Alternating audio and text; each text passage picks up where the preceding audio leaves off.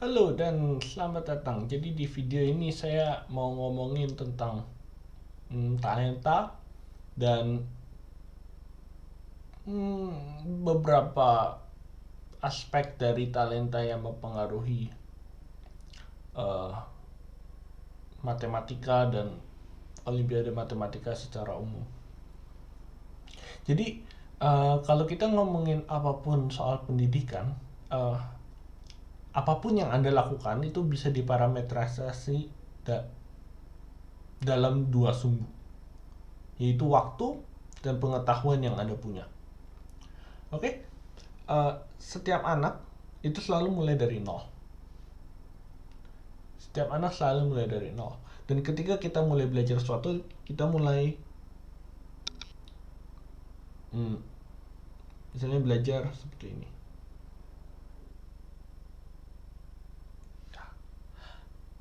Oke, jadi ini grafik banyaknya pengetahuan yang kamu punyai dalam waktu yang kamu pelajari. Jadi, apa itu talenta? Talenta itu adalah, kalau menurut saya, talenta itu adalah potensi berapa banyak yang kamu bisa pelajari dalam waktu yang cukup singkat. Jadi misalnya si merah, merah ini dia bisa mempelajari sekian banyak hal dalam jangka waktu sekian. Tapi sedangkan si biru, si hijau itu dia dari titik yang sama, dia perlu waktu yang lebih lama untuk mempelajari hal yang sama. Jadi kita bisa bilang si merah ini lebih bertalenta. Si merah ini lebih bertalenta dibandingkan si biru. Bertalenta? Ya, semacam itu. Dan talenta itu cuma potensi. Jadi bisa aja misalnya si kuning ini. Si kuning ini talentanya itu bisa segini. Oke? Tapi karena suatu dan lain hal dalam lingkungan yang tidak efektif, ini kalau lingkungannya efektif, dia potensi belajarnya yang ngikuti dengan talenta yang dia punya dan nggak bisa melebihi nilai ini. Sedangkan kalau dalam lingkungan belajar yang tidak efektif, dia dia belajarnya sekian meskipun talenta yang dia punya sekian. Jadi banyaknya pengetahuan yang dia pelajari itu lebih rendah dibandingkan sebetulnya potensi yang dia punya. Jadi talenta tidak harus selalu proporsional dengan banyaknya dengan penambahan pengetahuan yang dia punya. Ya misalnya kalau di sini dia lagi males-malesan, dia punya talentanya sekian tapi pengetahuannya dia tidak bertambah sama sekali. Atau ada banyak kasusnya juga, ada banyak anak yang nggak tahu atau nggak ngerti bahwa dirinya sebenarnya bisa jago dalam satu hal, itu juga tidak menambah pengetahuan dia di dalam hal itu sama sekali. Atau misalkan di sini yang anak yang belum pernah mulai, itu juga pengetahuannya nggak bertambah sama sekali, padahal potensi talentanya dia juga ada. Ya, dan satu lagi juga, talenta juga bisa berubah seiring dengan waktu. Berubah, tapi berubahnya kemungkinan nggak banyak. Ada ada suatu kecenderungan di mana, wah, ketika kecil saya pinter banget gitu, tapi sebetulnya pinternya itu bukan karena, tapi udah tua itu tiba-tiba jadi nggak pintar atau belajar apapun jadi sulit. Sebenarnya uh, ya mungkin ada faktor usia yang mempengaruhi, tapi faktor lain yang mempengaruhi juga, bahwa materi yang kita pelajari saat kita kecil itu jauh lebih mudah dibandingkan materi yang kita pelajari saat kita sudah dewasa. Jadi meskipun kita merasa progresnya sedikit, tapi sebenarnya progres ketika kita udah dewasa itu lebih banyak dibandingkan, atau setidaknya proporsional dengan kita waktu kecil. Ya, ada juga faktor semacam itu. Tapi secara umum talenta itu sesuatu yang seperti batas atas dari kemampuan kita, dari kecepatan kita menyerap suatu ilmu pengetahuan. Bisa dianggap seperti itu. Dan seperti yang saya udah bilang, talenta itu tidak ada hubungannya dengan pengetahuan yang Anda punya. Anda bisa jadi punya banyak pengetahuan karena Anda sangat rajin, namun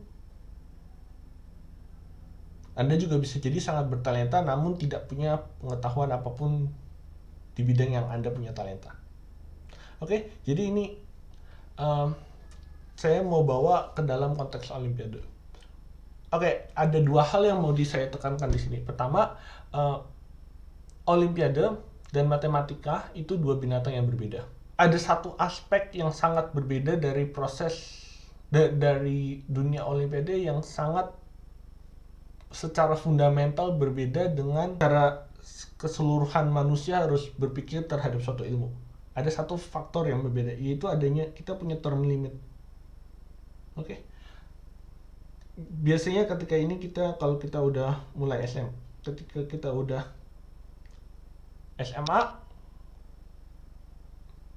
selesai, kita udah practically udah nggak ada olimpiade yang bisa diikuti. Oke. Jadi dan ini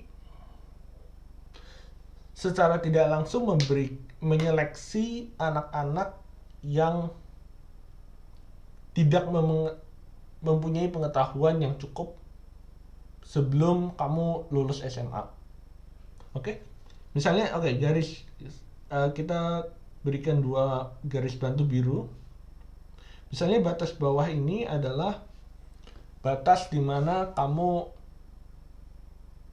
pengetahuan kamu cukup sehingga kamu nyaman mengerjakan soal-soal OSN.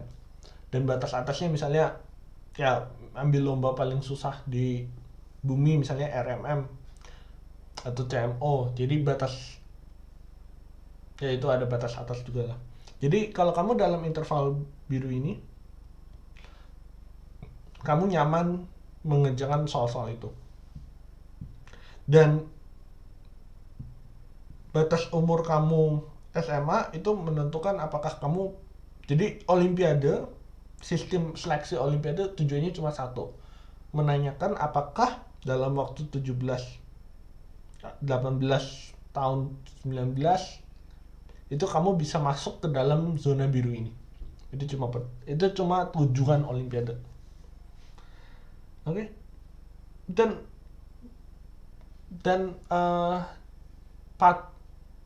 atau jalan yang ditempuh anak itu beda-beda. Ada anak yang baru mulai 3 tahun tapi terus dia ternyata baru sadar dia bertalenta, terus dia bisa masuk ke dalam barisan ini sebelum dia selesai SMA.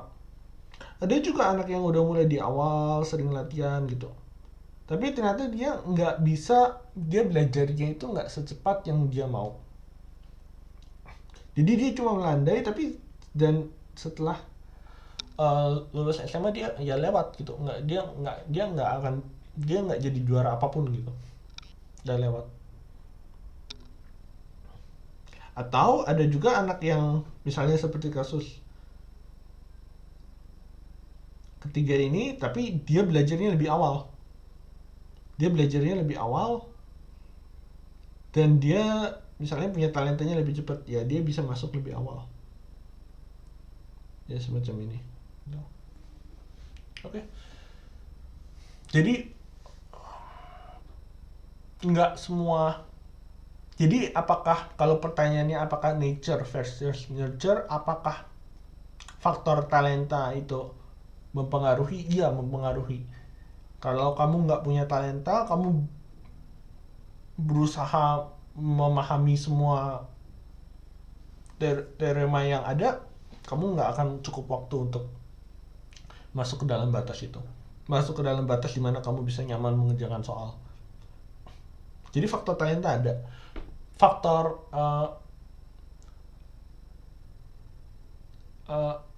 mulainya kapan juga ada.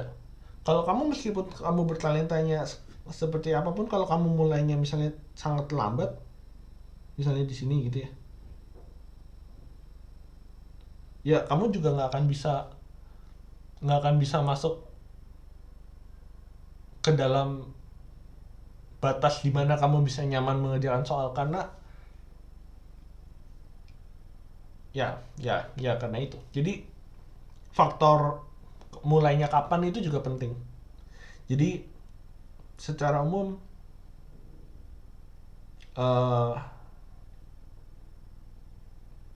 Mulainya kapan itu penting.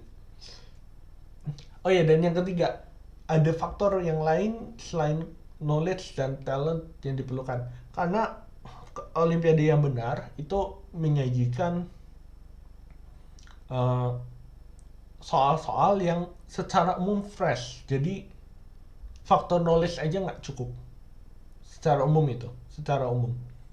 Tapi mayoritas soalnya itu bisa diakali dengan knowledge yang tepat. Oke, kita akan membahas ini di video selanjutnya karena ini juga perlu banyak detail yang bisa dibahas dari topik ini. Oke, jadi intinya bahwa uh, dua faktor itu perlu, knowledge dan talent, dan tujuannya itu untuk masuk ke dalam zona di mana kamu bisa cukup nyaman untuk bisa mengerjakan soal. Oke, yang sering jadi pertanyaan selanjutnya adalah uh, apa itu faktor pembina? Jadi kenapa, pertanyaan pertama, apakah kalau anaknya pinter banget terus dia nggak perlu pembina? Itu pertanyaan pertama.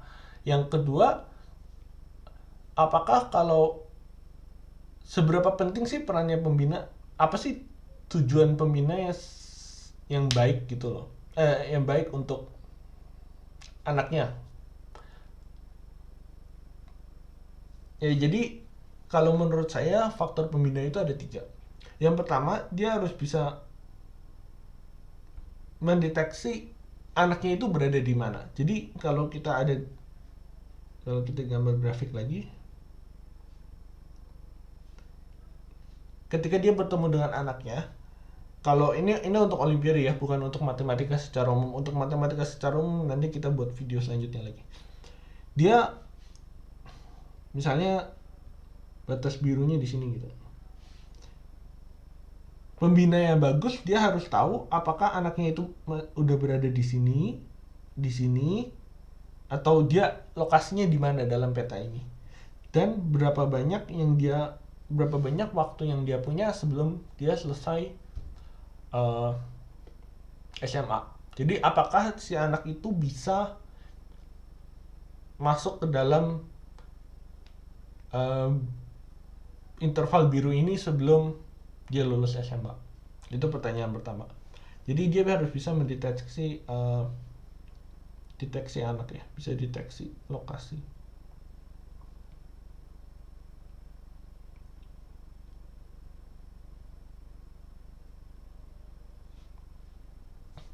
Oke. Ini penting. Jadi ada juga banyak pembina yang jadi ada banyak pembina yang kayak memberikan pelatihan dan sebagainya, tapi sebetulnya anak yang dilatih itu sebenarnya pembinanya juga ngerti sih, dia nggak akan bisa mungkin mencapai garis biru itu. Dan kalau anak-anak yang demikian, saya saranin sebetulnya udah jangan terlalu fokus maksa mau menjadi anak Olimpiade, lebih baik fokus ke dalam matematika general yang lain. Kalau itu saran saya sih. Oke, saran kedua, jadi faktor kedua itu, faktor pembina kedua yang harus penting dilakukan itu adalah dia bisa memaksimalkan potensi anak. Jadi kalau misalkan si anak itu belajar sendiri, dia itu grafiknya seperti ini. Tapi kalau dia dengan adanya pembina, dia bisa memaksimalkan misalkan, tapi grafik potensinya sekitar segini gitu ya. Jadi dengan adanya pembina, diharapkan pembina itu bisa mengubah grafik ini menjadi sesuatu yang lebih sesuai dengan apa yang seharusnya anak itu dilakukan. Dan ini cukup, ini sudah sangat sering terjadi. Misalnya contohnya ada pembina yang terkenal tiba-tiba diundang melatih ke negara lain, terus tiba-tiba negara lainnya itu tiba-tiba dapat medali IMO dengan cukup rutin. Ya itu. Jadi tujuan pembina itu dia bisa memaksimalkan potensi yang anak punya.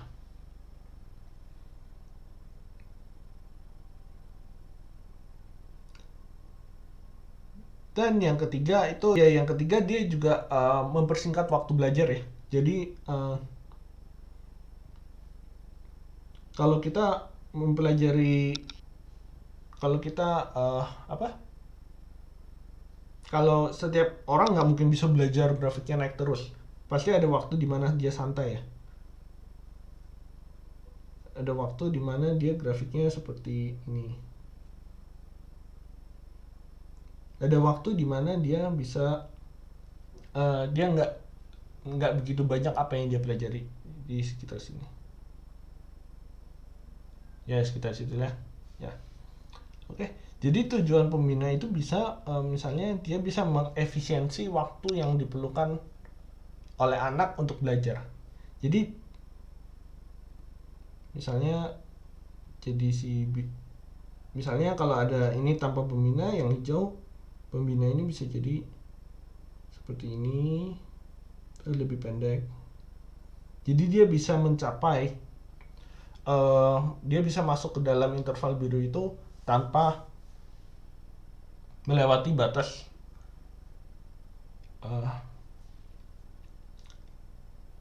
dimana dia udah nggak boleh ikut lagi. Ya, ya jadi itu beberapa kegunaan pembina. Ya seperti saya bilang ini jadi tiga faktor ini juga membuat jelas ya kalau anaknya sebetulnya memang nggak bertalenta atau biasa saja, sebagus apapun pembina ya nggak akan bisa membantu kecuali uh, kita turunin batas birunya ke bawah. Kalau batas birunya kita turunin ke bawah, jadi ada banyak uh, ada banyak kompetisi yang tidak memerlukan pengetahuan yang cukup banyak untuk menang di situ. Jadi apa yang kamu perlukan cuma kayak sekedar satu pembina yang cukup bisa yang atau kamu perlu latihan sendiri sehingga kamu bisa masuk ke dalam jangkauan itu, terus kamu udah menang. Yaitu jadi apa yang saya mau ngomong di sini, jadi tidak semua kompetisi itu bisa jadi parameter yang baik apakah anak tersebut sudah memaksimalkan potensinya atau tidak. Oke? Karena ya seperti saya bilang, kompetisi ada banyak kompetisi yang tidak perlu kamu konsisten latihan rutin supaya bisa masuk ke dalam interval nyaman. Ya analoginya kalau untuk olimpiade ya kenapa disebut olimpiade itu juga sama seperti kenapa atlet itu ikut olimpiade, karena kamu harus rutin latihan dan kamu harus memaksimalkan semua waktu yang ada dan dibimbing dengan orang-orang yang benar supaya kamu bisa jadi juara dunia. Itu maksudnya salah satu filosofinya olimpiade menurut saya sih. Jadi kalau kamu agak sulit ngomongnya ya gimana ya, uh, jadi semua faktor harus benar-benar bagus untuk bisa mencapai batas biru yang benar ini. Oke? Ya. Dan satu hal lagi yang saya tekankan, ini semua ada asumsi yang sangat krusial yang di semua uh, di semua yang saya omongin itu ada satu aspek yang krusial, yaitu ini semua hanya berlaku di olimpiade dan bukan di matematika secara umum. Karena di matematika secara umum tidak ada batas waktu. Dan ini adalah faktor yang sangat penting. Jadi kalau kamu suka matematika ya kerjain aja matematika. Nggak usah terlalu fokus sama olimpiade. Jadi kalau kamu baru mulai misalnya tahu teorema-teorema yang anak SD baru tahu tapi kamu baru taunya anak olimpiade SD udah tahu gitu, tapi kamu baru taunya ketika SMA.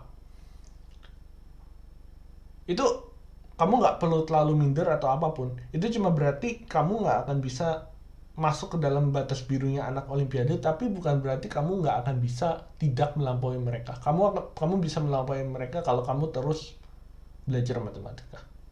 Itu. Oke. Okay? Satu-satunya yang membedakan olimpiade itu cuma hanya adanya batas atas di mana kamu harus mencapai suatu tingkat pengetahuan sebelum suatu waktu tertentu. Itu saja. Iya, yang selanjutnya saya mau ngomongin lagi tentang knowledge versus talent dalam mengerjakan soal, tapi itu perlu video yang berbeda karena banyak sekali yang bisa dibahas. Jadi ya salah satu faktor soalnya seperti saya tadi udah utarakan adalah bagaimana bagaimana ide-ide yang fresh itu muncul dalam soal, dan bagaimana knowledge dan talent mempengaruhi